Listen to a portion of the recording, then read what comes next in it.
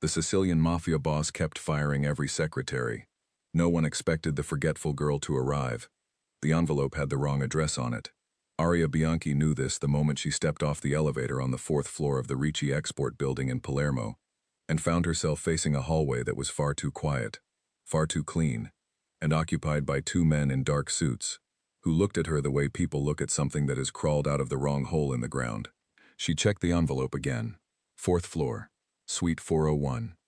She had written it herself, in her own handwriting, in the small, worn notebook she carried everywhere. She had also written it on her hand as a backup, but she had washed her hands at the coffee bar downstairs, and now her palm said nothing useful at all. "I have an interview," she told the two men. Neither of them moved. "Administrative assistant position," she added. 9 o'clock. One of the men looked at the other. Something passed between them that Aria could not read. She was used to not being able to read rooms. She was used to arriving in places and discovering that the version of events she had imagined bore no resemblance to the version currently in progress. She pulled out her notebook and showed them the page. Suite 401, fourth floor. Ricci Export and Trade, SPA.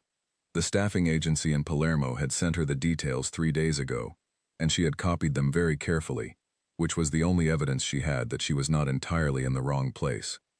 The taller of the two men took out his phone. He made a call. He said 4 words in Sicilian dialect that Aria only partially understood because her grandmother had spoken a version of this language 40 years out of date, full of expressions that apparently no longer existed, and at least one word that made the man at the coffee bar that morning look briefly alarmed. She waited. The elevator behind her opened. She stepped aside without looking, still studying her notebook, checking the address a 4th time, and walked directly into the person stepping out of the elevator. The coffee went first. She heard it before she felt it, the sound of a lid giving way, the brief moment of silence that precedes a disaster, and then the heat across her forearm and the front of her coat.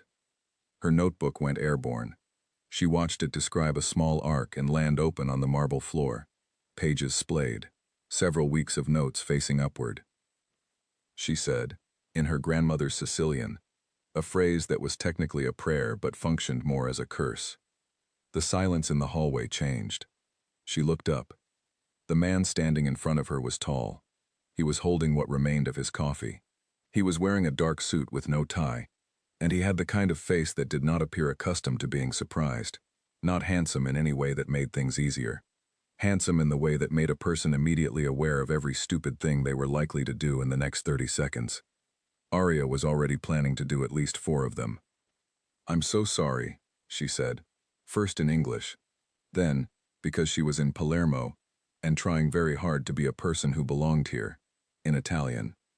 Then, because her mouth had not yet received the message that she should stop talking, in her grandmother's Sicilian again.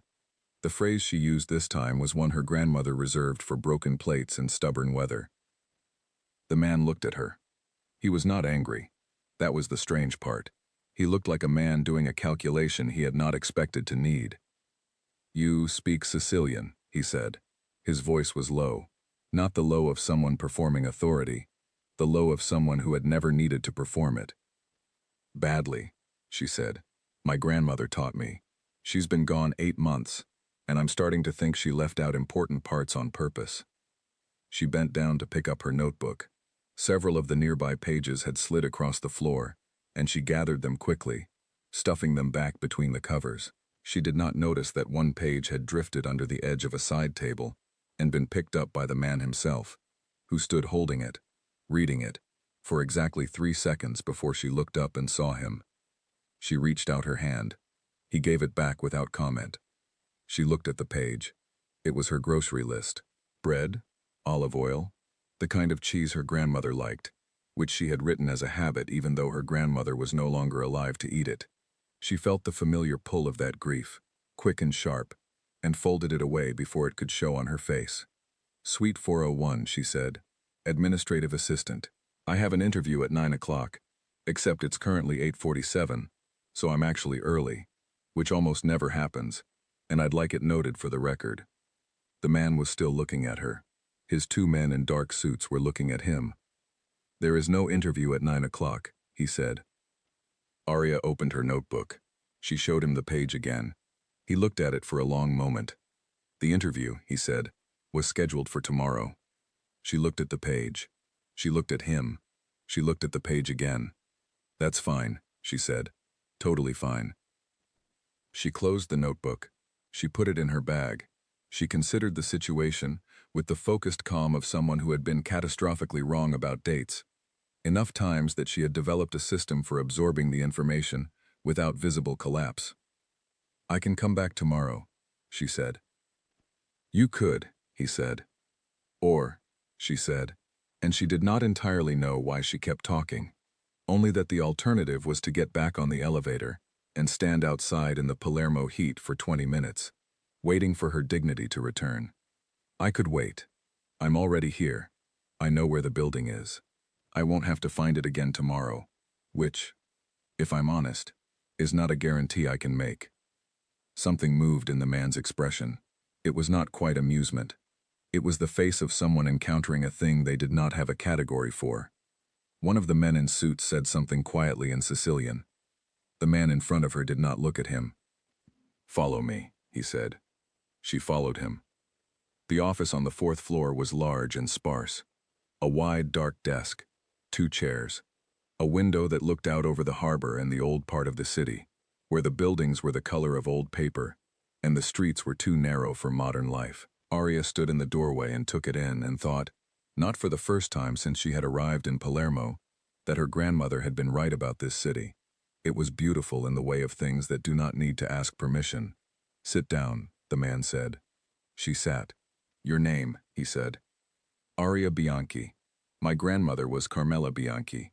She grew up in the Calza district. She left when she was 22 and never came back, but she talked about Palermo every day of her life. She paused. I'm not sure why I told you that. You didn't ask about my grandmother. No, he said. I do that. It happens more when I'm nervous. Are you nervous? She thought about it. I should be. I don't know why I'm not. His name, she would learn later from the building directory she found near the elevator, was Dante Ricci. She would learn from the staffing agency, when she called them that evening from her apartment, that Ricci Export and Trade was one of the largest privately held trade firms in southern Sicily. She would learn from the look on the agency coordinator's voice. You could hear a look. She had always believed this. That the Ricci name meant something more than export and trade. But that was later. Right now she sat in the chair across from him and watched him read through the resume she had sent to the agency, which she had printed on slightly the wrong size paper because she had not yet found a printer in Palermo that agreed with her. You have worked as an administrative assistant 3 times, he said. 4, if you count the law firm, but they asked me not to put that on my resume. He looked up. I filed the wrong documents in the wrong case, she said. Nothing was lost. Everything was eventually found. The case was resolved correctly. They were still upset. She paused. Understandably. He looked at her for a long moment. Then he looked back at the resume. You have experience with scheduling, correspondence, and records management, he said. Yes. I am better at correspondence than the other 2. You speak English, Italian, and some Sicilian. Yes, though the Sicilian may be more liability than asset, depending on who I'm talking to. Why did you come to Palermo? The question was direct. She had not expected it to land the way it did, clean and sudden, like a door opening into cold air. She was quiet for a moment, long enough that he looked up again. My grandmother left me her apartment here, she said. She had not been back in over 40 years. She still owned it. She still paid the taxes on it every year, even when she had very little money, because she said a person should always have a place to return to, even if they never return. She looked at her hands. She died in February. I came in April. I'm not entirely sure what I'm doing here, but I'm here. Dante Ricci set down her resume. He said nothing for several seconds. Come back tomorrow, he said. 9 o'clock. She stood. She picked up her bag. She stopped at the door. I'll set 3 alarms, she said, and write it on my hand before I go to sleep. Write it twice, he said. She turned and looked at him. There was nothing on his face, nothing she could name. She wrote it twice.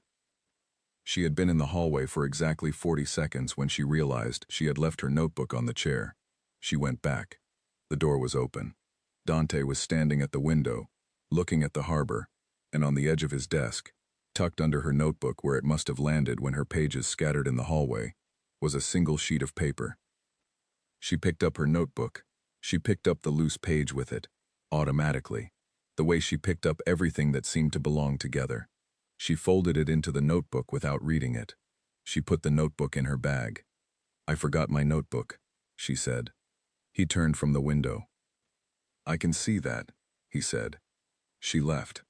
It was not until she was 3 blocks away, standing at the corner with her coffee going cold in her hand, that she felt the slight difference in weight in her bag and remembered the extra page. She meant to check it. She meant to go back. She got distracted by a cat sitting in a window that looked exactly like a cat her grandmother had kept for 17 years. And by the time she remembered the page again, she was home, and her keys were missing, and the page went into the notebook, and the notebook went onto the table, and the table disappeared under 3 days of accumulated life in a new city. She found her keys in the freezer. She did not question this. She made dinner. She set 3 alarms and wrote the address on her hand and then, because she had promised, wrote it again on the inside of her wrist. She did not think about Dante Ricci's face when she said the word grandmother. She thought about it a little. She wrote in her notebook, "Interview tomorrow, 9 a.m., 4th floor, Suite 401, check bag for anything that does not belong to me." She did not check the bag. She went to sleep. In the Ricci Export Building, 4 floors up, Dante sat at his desk at 11 o'clock at night and looked at the space where the loose page had been. He had not thought about it for 3 hours. He thought about it now. He picked up his phone. He made 1 call. "The woman from this morning," he said. "Find out who she is." He ended the call. He looked at the harbor. He had fired 11 secretaries in 18 months. Every one of them had understood, eventually, too much about the nature of his work. Every one of them had looked at him with the particular expression of someone adding things together and arriving at a number they wished they had not found. The woman from this morning had looked at him with her grocery list in her hand and told him she bought cheese for a grandmother who was no longer alive. He did not know what to do with that. He did not know what to do with any of it. He turned off the light.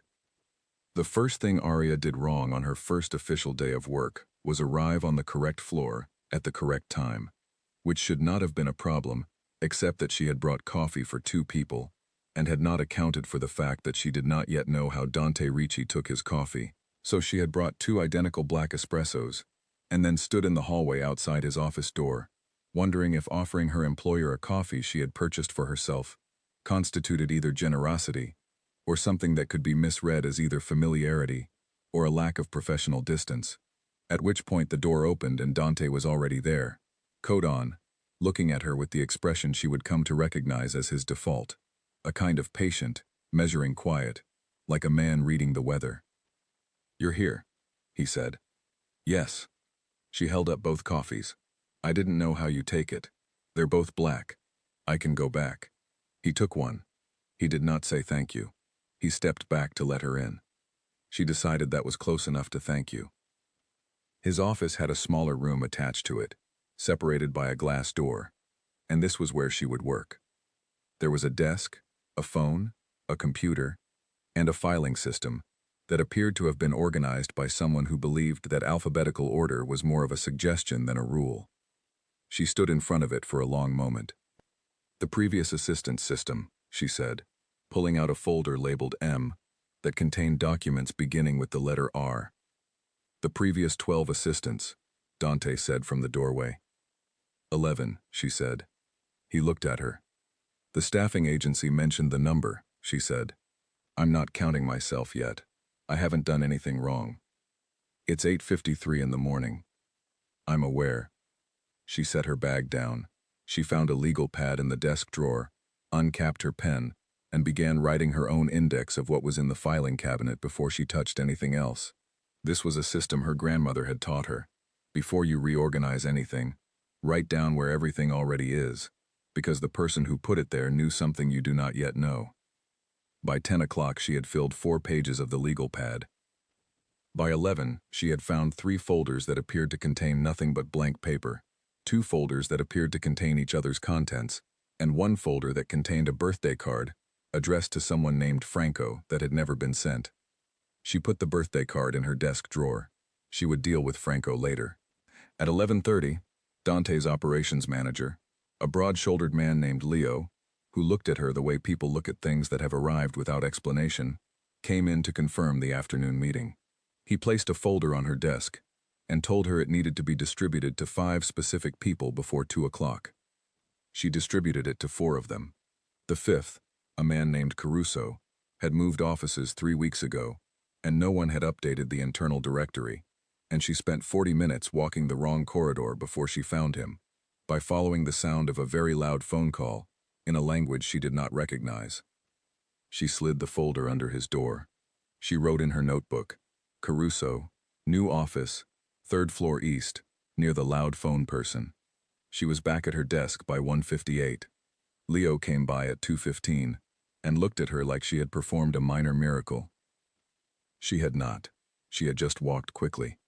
The afternoon brought a scheduling request, 2 phone calls in Italian that she handled by writing down every word phonetically and translating them afterward, and a moment at 3 o'clock when she accidentally forwarded a message she had meant to save as a draft.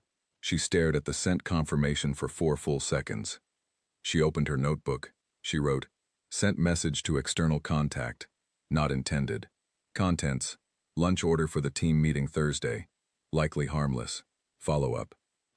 She did not know, sitting there with her pen in her hand, that the external contact address she had clicked, 1 digit different from the internal catering account, belonged to the administrative office of a Neapolitan trade firm that had a very complicated history with the Ricci family. She did not know this because nobody had told her, and she had not yet learned to read the particular tension that entered the room whenever Naples was mentioned. The man who had been sent her lunch order, 4 panini, 2 espressos, 1 supply for Leo who always wanted the rice ball but never asked for it himself, would read it twice, and then call his own boss and say, in a voice that carried genuine confusion, that the Ricci office had made contact. This would take 3 days to unravel. Aria would be informed of none of it. On Wednesday, she reorganized the filing system. She came in at 7:30 in the morning, before anyone else, spread everything across the conference room table, and rebuilt it from scratch by content type and date, rather than the previous assistance system, which appeared to have been organized by a combination of the Gregorian calendar and personal feeling. Dante arrived at 8 and stopped in the doorway of the conference room. She looked up from the floor, where she was sorting documents into piles. The M folder had R documents, she said. The R folder was empty. The B section had a birthday card from 2019 for someone named Franco. I don't know if Franco is still relevant, but I've kept the card in case. He looked at the floor. He looked at her. Do you need anything? She said. He left without answering. She took that as a no. By the end of the week, she had reorganized the files, updated the internal directory, located 2 pieces of correspondence that had gone missing before her arrival, and were the subject of mild anxiety between Leo and the accounting department, and produced a scheduling template that Dante looked at for a long time before saying simply, use this. She did not know if she was good at this job. She suspected she was not good at it in the conventional sense. She forgot things. She went down wrong hallways. She had sent a lunch order to Naples. But she had the feeling that being good at this job might mean something different here than it had meant anywhere else she had worked. On Friday afternoon, Leo stopped at her desk. He stood there for a moment without speaking, which was his version of a greeting. You're still here, he said. It's Friday, she said. Was I supposed to leave? He looked at her. Something shifted in his face. Not warmth exactly, more like recalibration. The last one lasted 3 days, he said. How long did the one before that last? 1 week. So I've already beaten 1 record, she said. He almost smiled. The corners of his mouth moved upward by approximately 2 millimeters. For Leo, this was apparently a full display of emotion. Try not to touch the blue binder on the shelf behind my desk, he said. What's in it? Nothing you need to know about. She wrote in her notebook. Blue binder. Leo's shelf. Do not touch. Find out what is in it. She had been leaving for the day, bag already over her shoulder, when she remembered she had left her pen on Dante's desk during the afternoon briefing. It was her favorite pen, the one her grandmother had given her the Christmas before last, and she could not leave it. She knocked on the open office door and went in. He was on the phone, his back to her, speaking in low, level Sicilian. She moved quietly to the desk and reached for her pen. Her eyes caught the paper nearest to the desk edge. Not deliberately. She was not a person who read things that did not belong to her. But her brain was the kind of brain that photographed everything it looked at before she could tell it not to. And the words were there before she could look away. Shipment. Dates. Port authority contact. A name she did not recognize. A column of numbers. She picked up her pen. She walked out. In the elevator, she stood with her pen in her hand and her notebook open, and she wrote, in the margin next to Thursday's schedule, document on Dante's desk. Port, dates, numbers, name, V. Corallo. Ah, possibly about the olive exports. Check. She wrote it small. She meant to look into it. She forgot by Saturday morning. But it was there, in ink, on page 43 of the notebook. Sitting in the lost and found bowl by the elevator on Monday morning, after a man named Marco picked it up and set it there, was a small black device that Aria had found on the underside of the conference table on Thursday, while she was on her hands and knees looking for a pen cap. She had thought it was a loose button. She had no idea where it came from. She had no idea whose it was. She put it in the bowl in case someone was missing it. Marco came out of the stairwell, saw the bowl, and went still. He had placed that device 2 weeks ago. He looked down the hallway. Aria was at her desk, head down, writing in her notebook. He looked at the device for a long moment. Then he walked past the bowl, past the elevator, and back toward his office. He did not retrieve it. He needed to think. By the end of the 3rd week, Aria had developed a set of routines that had less to do with efficiency and more to do with survival. She wrote everything down twice. She triple-checked the internal directory before sending anything. She kept a list on her desktop called Things That Might Be Wrong, and updated it throughout the day with small observations that she meant to follow up on, and sometimes did. On the list that week, the fact that 2 of Dante's regular afternoon callers never left a name, the fact that the 3rd-floor conference room was always booked under a company name she had never heard of, the fact that Leo checked the hallway before he said certain things, even in his own office. She did not add these observations up into a total. She was not trying to solve a puzzle. She was simply a person who noticed things and wrote them down because she was afraid of forgetting, and forgetting, in her experience, had consequences that ranged from inconvenient to genuinely distressing. On Thursday morning, she found the page. She had been looking for her grocery list. She was fairly sure she had written it in the notebook around the same time as the interview, which meant it was near the beginning, and she was flipping through when she found the folded sheet of paper tucked between pages 30 and 31. Different paper from the notebook, slightly heavier stock. She unfolded it. She read it. Port of Palermo, dates across a 2-week window in November, a list of container numbers, V. Corallo, with a phone number, a second name she did not know, Ferrante, a column of figures. She sat with it for a moment. She did not know what she was looking at, but she had found it in her notebook, which meant it had come from Dante's desk that Friday evening when she had reached for her pen, and her brain had photographed the page before she could look away, and it had somehow migrated from her memory into her hands without her noticing. She should give it back. She should walk into his office right now and say, "I found this in my notebook. I believe it belongs to you." She meant to do this. She put it on the corner of her desk to remind herself.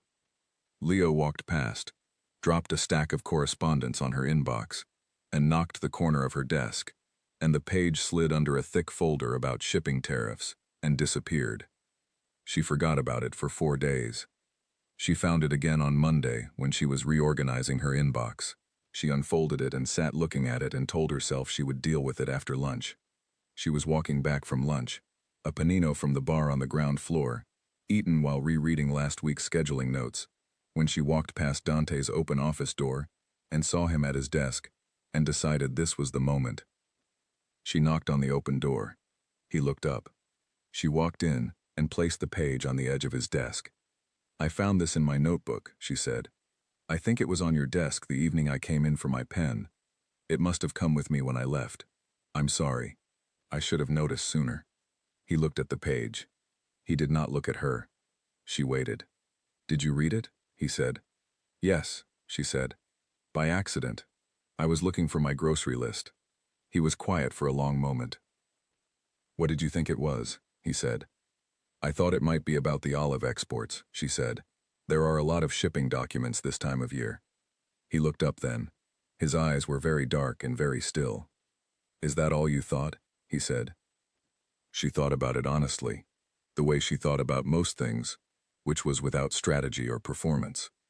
"I thought the numbers were large," she said. "I thought V. Corallo had a very organized phone number.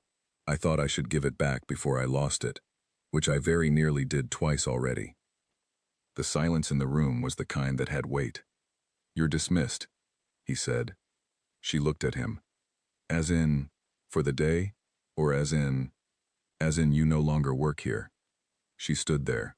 The page was on his desk. Her notebook was in her bag. Outside the window, Palermo sat in the October light and did not care about any of this at all. "I see," she said. She went back to her desk. She gathered her things carefully. She straightened the pile on her inbox. She found a post-it note and wrote on it, "Franco's birthday card. Desk drawer, second from left. In case it is still needed." She stuck it to the drawer. She picked up her bag. She walked to the door of the outer office and stopped. She turned around. "I'm not going to come back tomorrow," she said, to no one in particular, mostly to herself. "That would be strange, and I wouldn't do that." She opened her notebook. She looked at the scheduling page for the week. "Except that I scheduled myself through the end of the month," she said. "I wrote it down when you said to use the template. I entered it in the system. Leo confirmed it on Wednesday." She turned the notebook toward him. "It's already in the calendar. I can't undo a calendar entry without overwriting it. And if I overwrite it, there will be a gap in the record. And I don't like gaps in the record." Dante looked at her for a long time. She looked back. She was not being stubborn. She was not making a point. She was genuinely, practically, reporting a scheduling conflict between his decision and her documentation system. "Go home," he said. "Noted," she said. She wrote in the margin, "Dante, still angry. Reason still unclear. Come in tomorrow. Sort out calendar entry." She went home. She came back the next morning at 8:52. Neither of them mentioned the previous afternoon. He was at his desk when she arrived. He looked up. He looked back down. She went to her desk, opened her notebook, and began the day's scheduling. Leo came by at 9:15. He looked at her with the same expression he always used for minor miracles. She shrugged. She did not entirely know how to explain it either. What she did not know was that Marco, the man who had left a device under the conference table and found it sitting in the lost and found bowl, had spent the past week trying to understand how it had gotten there. He had reviewed every angle. He had no answer. The only new variable in the office was the woman at the assistant's desk, who wore the same coat 3 days in a row, and talked to herself while she filed things and had, somehow, survived longer than any of her 11 predecessors. He was going to need to find out more about her. He made a note of this. He was, unlike Arya, a man who checked his notes. There was a dinner. Dante told her about it on a Tuesday, with the flat efficiency of someone reading from a list. The time, the location, the dress code, and then waited. "You want me to attend?" she said. "I want you to take notes. At a dinner." At a dinner. She wrote it down. She wrote, "Dinner, Thursday, Ricci family. Take notes." She underlined the word family, because it felt like the kind of word that underlined itself.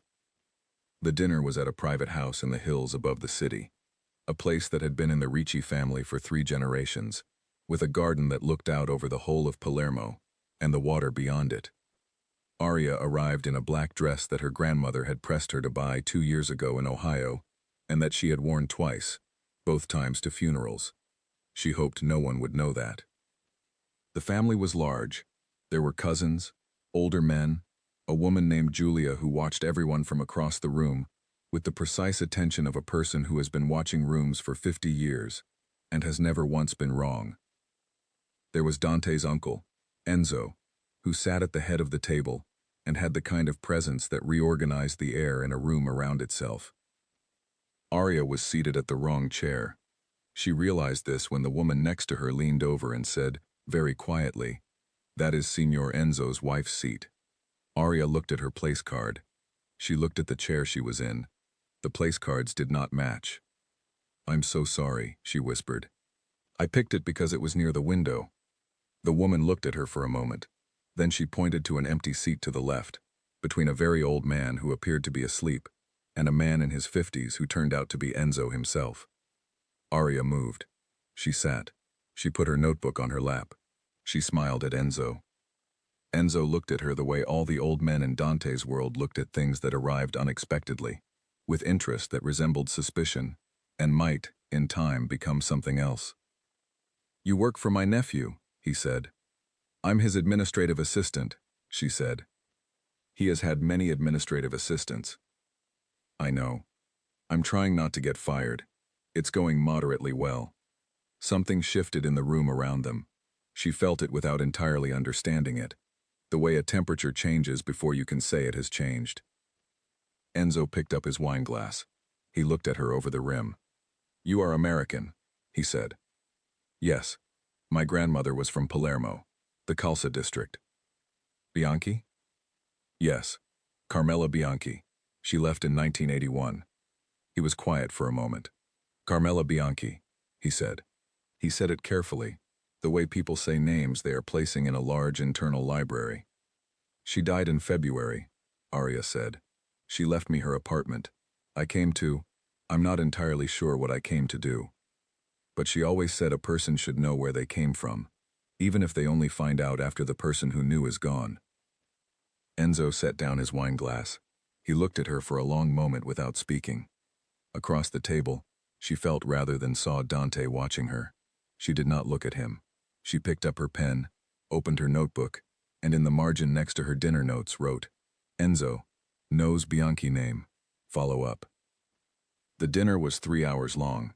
The courses were extraordinary. Arya ate everything and took notes between bites, which earned her a look of genuine puzzlement from the man on her left, who had not seen anyone take notes at a dinner table since law school. Enzo's questions moved from gentle to pointed to something that was neither. He asked about her grandmother's apartment, the neighborhood, whether she still attended Mass. He asked what she thought of Palermo. He asked, with the careful neutrality of someone asking a much larger question, whether she intended to stay. "I don't know yet," she said. "I keep finding reasons to." He asked about her work. She told him truthfully that she reorganized the filing system and had found a birthday card from 2019 that had never been sent to someone named Franco. There was a ripple of something around the table. She did not know what it was. She wrote, "Franco. Name recognized at table. Ask Leo." She did not notice that 3 of the men at the table had stopped talking among themselves and were now listening to her conversation with Enzo. She did not notice that Julia, from across the room, had shifted her full attention in their direction. She was focused on Enzo, because Enzo had just asked her something that had stopped her mid-note. "Were you afraid?" he said. "Coming here alone?" She sat with the question for a moment. "My grandmother taught me," she said, "that the only things worth doing are the things that scare you a little."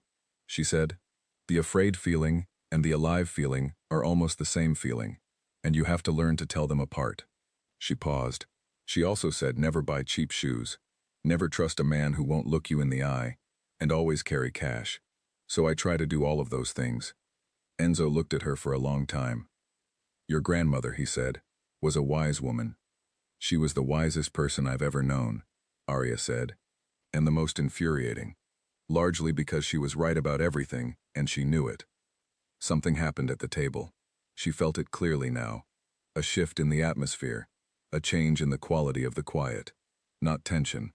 Something else. Something that felt, if she had to name it, like recognition. She did not look at Dante. She wrote in her notebook. Later, in the car going back down the hill toward the city, she sat in the back seat, and went over her notes. The driver, one of Dante's quiet, careful men, kept his eyes on the road. The city opened up below them, lit and sprawling. She was writing when she realized the car had not taken the direct route. She recognized the longer road, the one that curved back around to see the harbor, because she had driven it herself on her second day in Palermo when she had missed her turn. She looked out the window. She did not ask about it. She went back to her notes. In the front seat, Dante sat with his eyes on the harbor below and said nothing. She fell asleep somewhere after the second turn and did not wake up until they were on her street. She woke up mid-thought, which was how she always woke up, and immediately found her pen. "Sorry," she said. "I fall asleep in cars. It started when I was 12. My grandmother said it was a sign of a clear conscience." Dante did not turn around. "Did she have an explanation for everything?" he said. "Nearly," Arya said. She gathered her notebook in her bag. She said not everything had an explanation. But she said the things that don't, those are the ones worth living in for a while. She got out of the car. She stood on the pavement and opened her bag to find her keys. She had 3 pockets she always used, and they were all empty. She stood very still for a moment. The window lowered. Dante held something out. It was a key, not her key. A different key, small and plain, with a tag that she did not read until she had taken it. The tag said, "Ricci Building, 4th floor. You locked yourself out on your 3rd day," he said. She remembered. She had had to call Leo, who had the master key, and Leo had not been pleased. "This is a spare?" she said. "Consider it a standing key," he said. She looked at it. She looked at him. His face was the same face it always was, still, level, offering nothing that could be misread as an invitation. She put the key in her bag. She wrote in her notebook, "Key, origin, Dante, purpose unclear. Do not lose this one. Thank you," she said. The window closed. She found her apartment key in her coat pocket, which was not one of the 3 pockets she always used, and went inside. She sat at her kitchen table for a long time after, not writing, which was unusual for her. She was thinking about something Enzo had said during the second course, when she had been concentrating very hard on not spilling anything. He had looked across at Dante and said, quietly enough that she almost missed it, "Where did you find her?" And Dante had said, without looking at anyone, "She found herself here." She wrote it down eventually, under Thursday, at the bottom of the page. She starred it twice. She was not entirely sure why. On a morning, in the last week of October, Arya lost her notebook. This was not the first time she had lost it. She had lost it twice in Ohio, once on a train, and once in a restaurant bathroom where it sat on the shelf above the sink for 4 hours, until the evening server found it, and posted about it on the restaurant's social media, at which point, 14 people she had never met messaged her to say they had seen her missing notebook online. This time was different. This time the notebook had 3 months of the Ricci office in it. Every schedule, every observation, every margin note. The phone numbers she had taken down phonetically, the names she had cross-referenced in the internal directory, the small patterns she had half noticed and written down without completing, all of it. She realized it was gone at 9:10 in the morning, reaching for it to confirm a meeting time, and finding only the interior of her bag, which was the wrong kind of familiar. She checked all 3 pockets. She checked her coat. She checked the drawer of her desk. She went back to the coffee bar on the ground floor, where she had stopped on the way in, and asked the young man behind the counter if anyone had turned in a notebook. He shook his head. She walked the route from the elevator to her desk 3 times, checking the floor. 3 hours. Nothing. She sat at her desk. She pulled out a legal pad. She began writing down everything she could remember from the notebook, which was a significant amount, because she had the kind of memory that held shape if not always detail. She could feel the structure of what she had written, even when she could not reproduce the words. She was on the 3rd page of reconstruction when Marco appeared in her doorway. He was holding the notebook. "Found it in the hallway near the elevator," he said. He smiled. It was the kind of smile that arrived slightly ahead of itself, like a coat 1 size too large. "Thank you," she said. She took it. She checked it quickly. All the pages appeared intact, no sign that anything had been added or removed. She wrote in the margin of the current page, "Notebook lost and recovered. Marco." Seemed pleased about it. Find out why. She meant to follow up on that. She did not follow up on that. What she did do, 3 days later, was sit at her desk late on a Thursday evening, recopying her most important entries into a second notebook. A precaution she had been meaning to implement since the restaurant incident in Ohio. She was doing this with the focus of a person who has learned that her own forgetfulness is a force of nature that must be worked with, rather than against. She was transferring the entry for October 14th when she stopped. Her own handwriting looked back at her. She had written, "Device. Found under conference table. Looks like a button.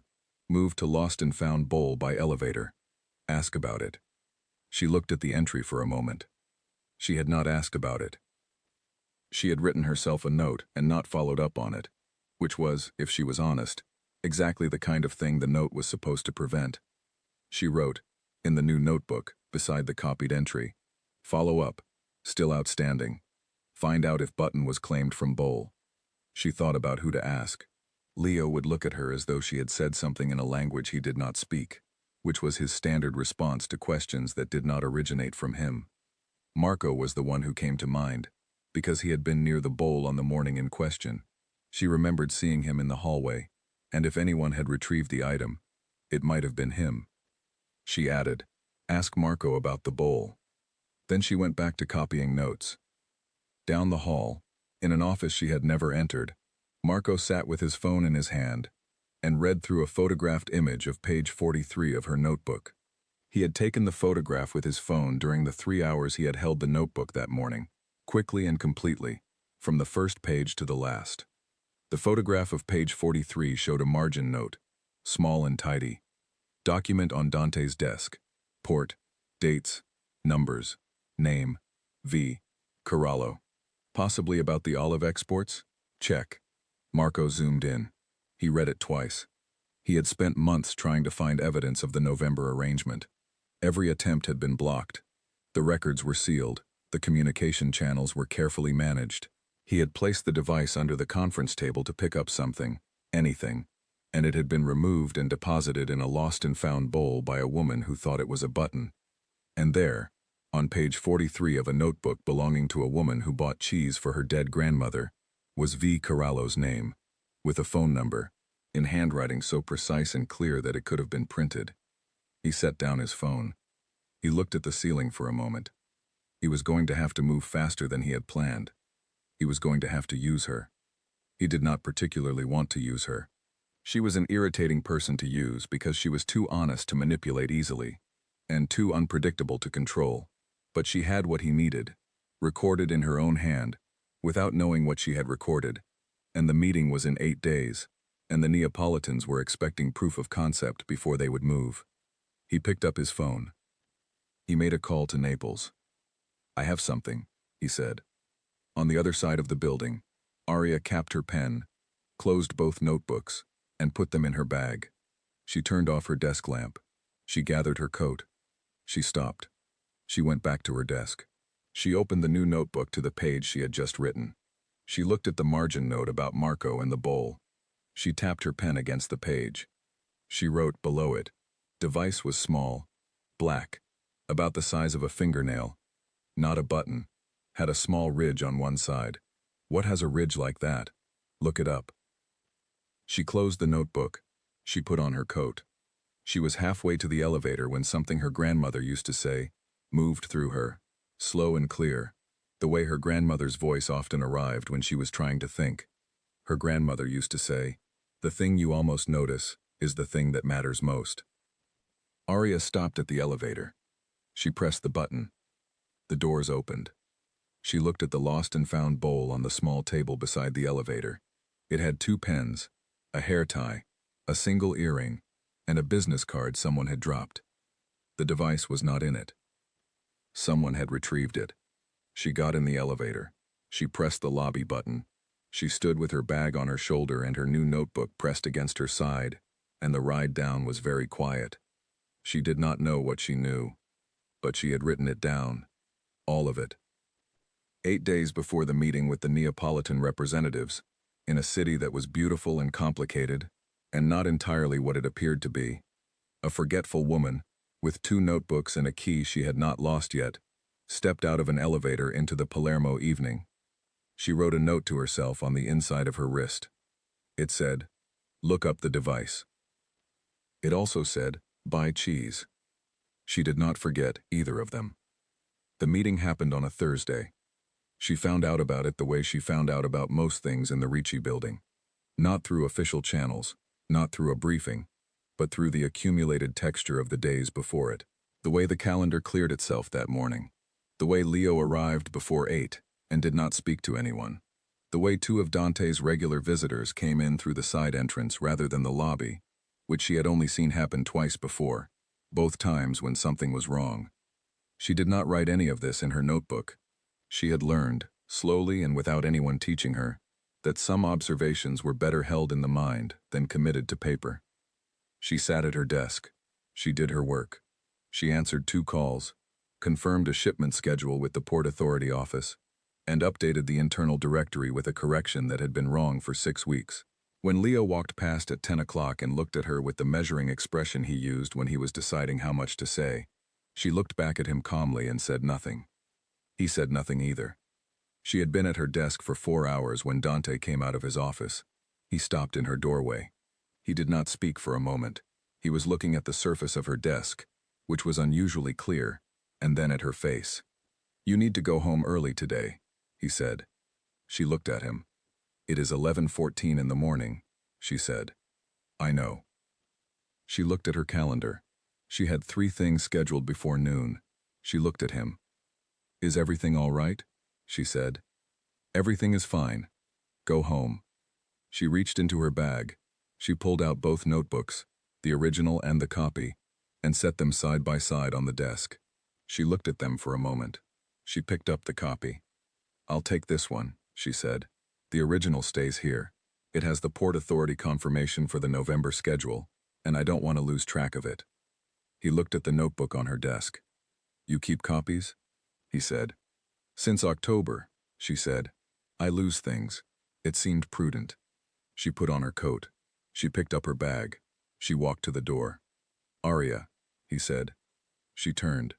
He was standing in the doorway of his office with his hand on the frame. His face was the same as it always was, and she had been looking at that face for 3 months now, and she knew it better than she knew most faces, and what was in it right now was not nothing. "Be careful going home," he said. It was not the kind of thing he usually said. It was not the kind of thing, as far as she could tell, that he said to anyone. She nodded. She went. She did not go home. She went to the coffee bar on the ground floor and sat at the corner table and opened her notebook and thought. She thought about the cleared calendar and the side entrance and the Neapolitan trade firm that had received her lunch order by accident in her first week, and the call she had received afterward from an unknown number that she had written down on page 11 and never called back. She thought about Marco. She thought about the device in the bowl. She thought about page 43. She had looked up the device. She had described it to a technician at an electronics shop near her apartment, a young man who had listened to her description and pulled up an image on his screen and said, in the flat tone of someone delivering obvious information, that it sounded like a listening device. She had stood at his counter for a moment. She had bought a replacement pen. She had walked home. She had written in her notebook that night, "Device. Confirmed. Likely listening device. Conference room. Removed October. By me. By accident. Currently. Unknown location. Marco saw it in the bowl. Marco did not take it. Or did take it. Check." She had not checked, because she did not know how to check something like that without asking questions that would reveal she knew something she was not supposed to know. She sat at the corner table and thought about all of it in the way she thought about complex things. Not linearly, not with strategy, but holding all of it in the mind at once, and waiting for it to arrange itself. It arranged itself slowly. Marco had the device. Marco had also held her notebook for 3 hours. Marco was moving faster than usual this week. The meeting today had not been on any calendar she had access to, which meant it had been arranged outside the systems she maintained. She opened her notebook to page 43. She looked at the margin note about V. Corallo. She looked at the phone number. She took out her phone. She stared at the number for a long moment. She was not a person who made impulsive phone calls. She was a person who wrote things down and meant to follow up and sometimes did. She did not call the number. Instead, she went back to the beginning of the notebook and started reading. She read for 40 minutes. She turned pages. She read her own margin notes, her observations written in haste, her small questions that she had meant to answer and had not. She read them in sequence, all of them together. And what emerged from that sequence was not a story she had intended to tell. It was a record. Complete, detailed, dated, and specific. Who said what to whom and when? Which calls came from blocked numbers? Which shipment schedules had been modified? The name Marco had used twice in a conversation that she had overheard and written down because she was always writing things down. The dates, the amounts, the meeting today that should not exist on any calendar.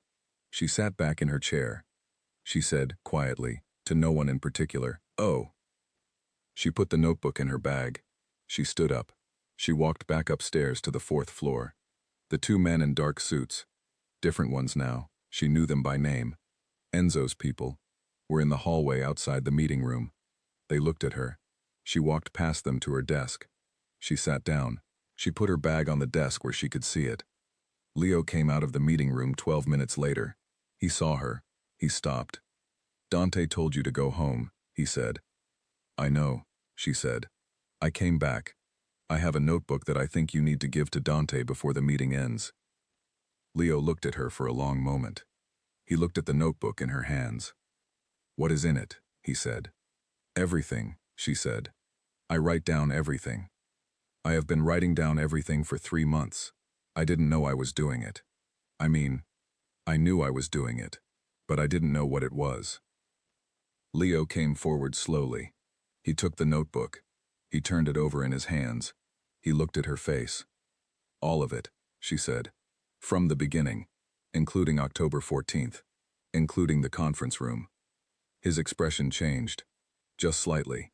The 2 millimeters of shift that, for Leo, was a significant movement. He went back into the meeting room. She sat at her desk. She picked up a pen. She opened the copy notebook and began, very carefully, writing down what she remembered from the original. She heard voices from inside the meeting room. She could not make out the words. She did not try to. 20 minutes later, the door opened and 3 men she did not recognize walked out of the building very quickly, and without speaking to anyone. 2 of Enzo's people went with them. The hallway was very still afterward. Dante came out last. He came to her desk. He stood in front of it. He was holding her notebook. She looked at him. "The meeting with Naples," he said. "You knew." "I didn't know what I knew," she said.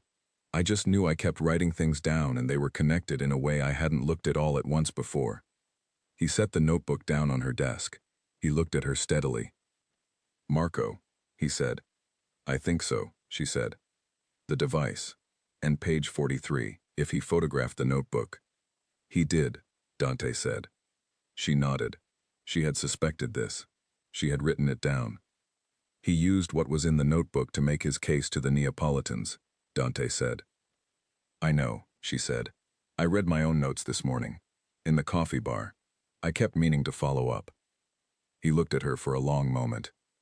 "It's a good thing you write everything down," he said. "It's a good thing I found the device in the first place," she said, "even if I thought it was a button." Something moved in his face, something quiet and deep, like a light shifting behind glass. "Did you know what you were building?" he said. "When you were writing, did you know?"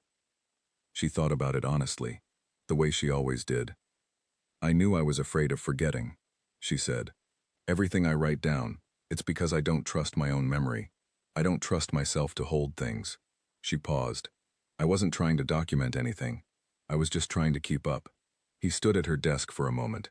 He picked up her notebook. He turned it over once and placed it back in front of her. "Keep up," he said. She reached for the notebook. She uncapped her pen. "Was that supposed to be funny?"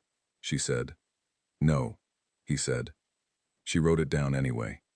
In the margin next to Thursday, she wrote, Dante said keep up.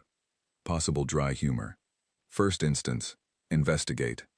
She was still writing when he spoke again, from the doorway of his office, without turning around. Arya, he said. She looked up. Don't lose the notebook. She looked at the notebook in her hands. She looked at the copy on the desk beside it. She looked at the key on her keychain that was not her key. I won't, she said. She meant it this time. He went into his office. She sat at her desk in the quiet of the 4th floor, with the city outside the window, and 3 months of careful, accidental truth in her hands, and she opened to a new page. She wrote the date at the top. She wrote his name below it. Just his name. Nothing else yet. She left the rest of the page open, the way her grandmother had always left a seat at the table, for whoever might still arrive. She picked up her pen. She started writing.